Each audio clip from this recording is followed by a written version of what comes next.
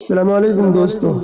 ہمارے YouTube channel امامہ Islamic studio میں آپ کا استقبال ہے۔ آپ دیکھ رہے ہیں ہمارا خصوصی پروگرام پیارے نبی صلی اللہ علیہ وسلم کی پیاری سنتیں، اور اس پروگرام میں بیان چل رہا ہے پیارے نبی صلی اللہ علیہ وسلم کے پسندیدہ کھانوں کا۔ تو اس سلسلے میں آج کا عنوان ہے مرغی کا گوشت، جس کا نیا نام چکن ہے۔ تو اس سلسلے میں جاننا یہ ہے کہ آپ صلی اللہ علیہ وسلم نے مرغی کا گوشت کھایا ہے یا نہیں، اور پھر اگر ہم مرغی کا گوشت کھانا چاہیں تو اس میں آپ صلی اللہ علیہ وسلم نے ہمارے لیے کیا رہنمائی فرمائی ہے۔ تو اس سلسلے میں حضرت ابو موسیٰ اشعری رضی اللہ تعالیٰ عنہ فرماتے ہیں کہ میں نے نبی کریم صلی اللہ علیہ وسلم کو مرغی کا گوشت کھاتے دیکھا ہے، اور اسی طرح حضرت ابو بکر رضی اللہ تعالیٰ عنہ فرماتے ہیں کہ میں نے نبی کریم صلی اللہ علیہ وسلم کو مرغی کا گوشت کھاتے دیکھا ہے۔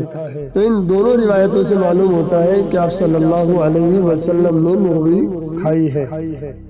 اب اس کا کھانے کا مسنون طریقہ کیا ہے؟ تو اس سلسلے میں حضرت عبداللہ بن عمر رضی اللہ تعالیٰ عنہ نقل فرماتے ہیں کہ نبی کریم صلی اللہ علیہ وسلم جب مرغی کھانے کا ارادہ فرماتے تو اسے چند دن تک باندھے رکھتے، پھر اس کے بعد کھاتے۔ اسی طرح ایک تابعی ہے زہدم،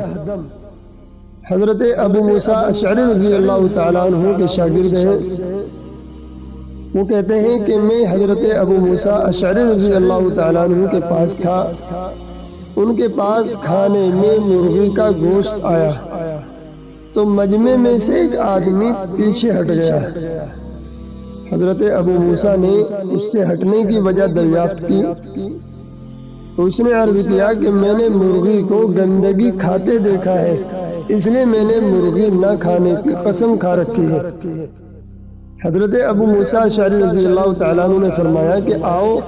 اور بے تکلف کھاؤ، میں نے خود حضور صلی اللہ علیہ وسلم کو کھاتے دیکھا ہے، اگر ناجائز یا ناپسند ہوتی تو حضور اقدس صلی اللہ علیہ وسلم کیسے تناول فرماتے؟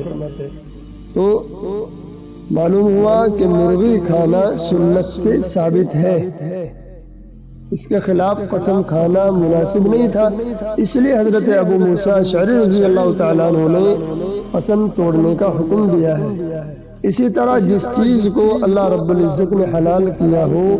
اس کے نہ کھانے کی قسم درست نہیں ہے۔ اگر کسی وجہ سے کھانے کی ضرورت پڑ جائے اور کسی نے قسم کھا رکھی ہے تو اس چیز کو کھا لے اور قسم کو توڑ دے۔ ہاں، اگر مرغی آزاد پھرتی ہو، گندگی وغیرہ کھاتی ہو تو سنت یہ ہے کہ اس کو 3 دن تک کسی ایسی جگہ بند رکھے جہاں اس کو پاکیزہ اور صاف ستھری غذا کھلائی جا سکے، اور 3 دن اس کو صاف ستھری غذا کھلائے تو اس کے گوشت میں سے جو گندگی کا اثر ہے وہ ختم ہو جائے گا، اس کے بعد اس کو ذبح کر لے، جیسا کہ آپ صلی اللہ علیہ وسلم نے فرمایا ہے۔ تو آج کی اس ویڈیو میں ہمیں یہ بات معلوم ہوئی کہ مرغی کھانا آپ صلی اللہ علیہ وسلم کی سنت سے ثابت ہے، اور مرغی کھانے کا طریقہ یہ ہے کہ اگر وہ آزاد پھرتی ہو، گندگی وغیرہ کھاتی ہو تو 3 دن تک اس کو پنجرے میں بند کر کے پاکیزہ اور صاف ستھری غذا دی جائے، جس سے کہ اس کے گوشت سے گندگی کا اثر ختم ہو جائے۔ اور علامہ مناوی رحمۃ اللہ علیہ فرماتے ہیں کہ اس حدیث سے چند فوائد معلوم ہوئے، تو یہ کہ کھانے والا آنے والے کو بلا سکتا ہے،